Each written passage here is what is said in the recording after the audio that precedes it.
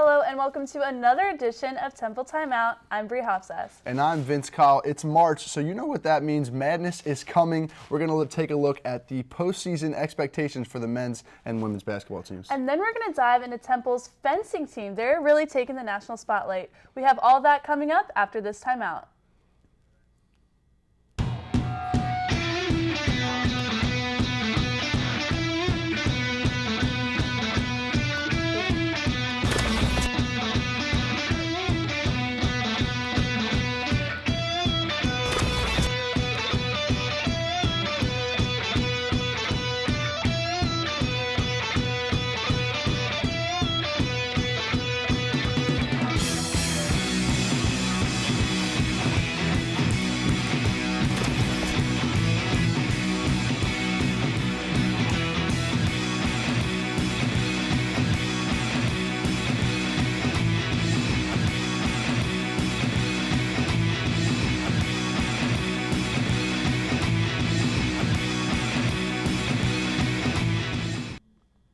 Welcome back, and we are going to get things started today talking about the women's basketball team because the American Athletic Conference tournament starts tonight, and Houston and Cincinnati, they're going to be playing each other in the first round. As you can see, Temple is waiting in the second round. So, Bree, I'm going to ask you, is there any chance that the first game, that will be tomorrow at 6 o'clock Saturday, is there any chance that Temple can get maybe upset? I really don't think so, Vince. You know, this team, both times that they played Cincinnati and Houston, they handled them pretty handedly, and they don't make mistakes like that. They beat the teams that they're supposed to beat. I think that the real test for this Temple team is going to be another battle against USF because USF is on the same side of the bracket as them, and both of these teams, Temple and USF, have one win against each other this season. So I think that that's going to be the true championship in this tournament because, as you know, UConn sits at the other side of the bracket, and they don't lose. Yeah, so as we said last week, UConn has not lost a game in the American Athletic Conference, and if we're looking at the national spotlight, the national tournament, Temple is still sitting pretty at the number 7 seed according to ESPN's bracketology. So, and the good news is UConn is on the other end of the bracket. So the only time Temple would have to play UConn in the tournament is if they were in the national championship. And I think Temple fans would be extremely excited about that. Yeah, they definitely have a lot of hope going into this postseason. But let's take a look at the men's. They have some time before their conference tournament kicks off. That's going to kick off next week. And they're heading into their last regular season matchup against USF. Kind of a lackluster team, but if I was Temple, I would not be taking anyone lightly. They just barely beat Tulane, who has 5 wins on the season. Yeah, last time out, Temple played Tulane, and they hosted them for Senior Day, and it took them 2 overtimes for them to finally get it done. As you can see here, this is the shot that sends it into the second overtime. It was a big day. Here's Quentin Rose getting up. But since it was Senior Day, you're gonna see the coming up right here. Senior Day, Mark Williams had his season high 20 points.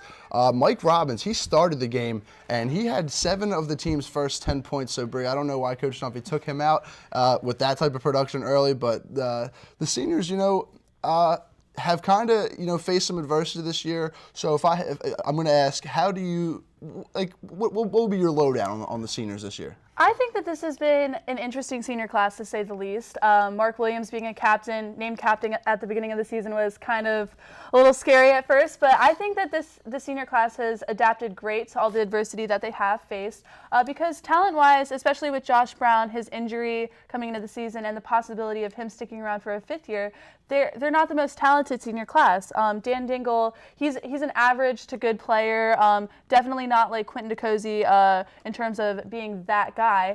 But I think that he has definitely stepped up as the on-the-court leader.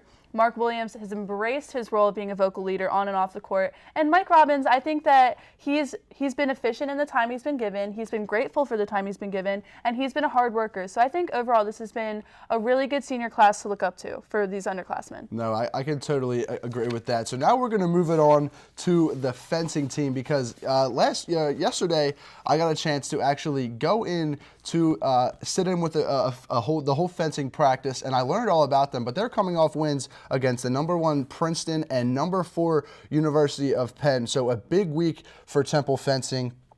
They got it done, and if you could see, it was really interesting to see them play. Bree, I have to ask, if you were going to play a sport, how high on your list is fencing?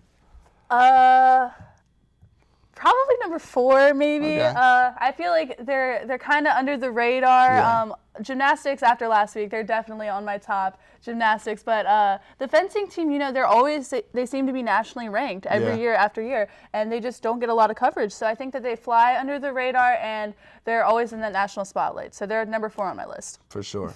So now moving on, we have the player of the week this season, and actually the player of the week this season, the player of the week today is not even in season. We're talking about Izzy Rapacz of Temple Volleyball, because she was invited to the U.S. national team, the volleyball team, to play in the Olympics. She's a sophomore from Ohio, 6'2". A big accomplishment for Izzy.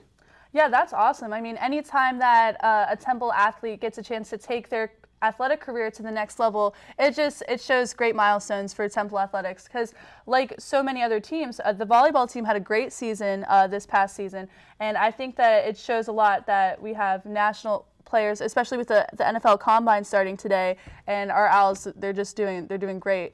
So I think that really says a lot about Temple athletics with these athletes going on to the next level. Yeah, so next week we're going to dive in all about the NFL Combine stuff. We were going to do it this week, but only Deion Dawkins and Jahad Thomas were in the Combine as of today. So we're going to talk about all 4 of these guys next week. But that's all we have from this edition of Temple Timeout. For Bree Hofsass, I'm Vince Coll. Make sure to follow us on Twitter at @TU_SportsDesk and on TempleUpdate.com. Click on that Sports Desk tab.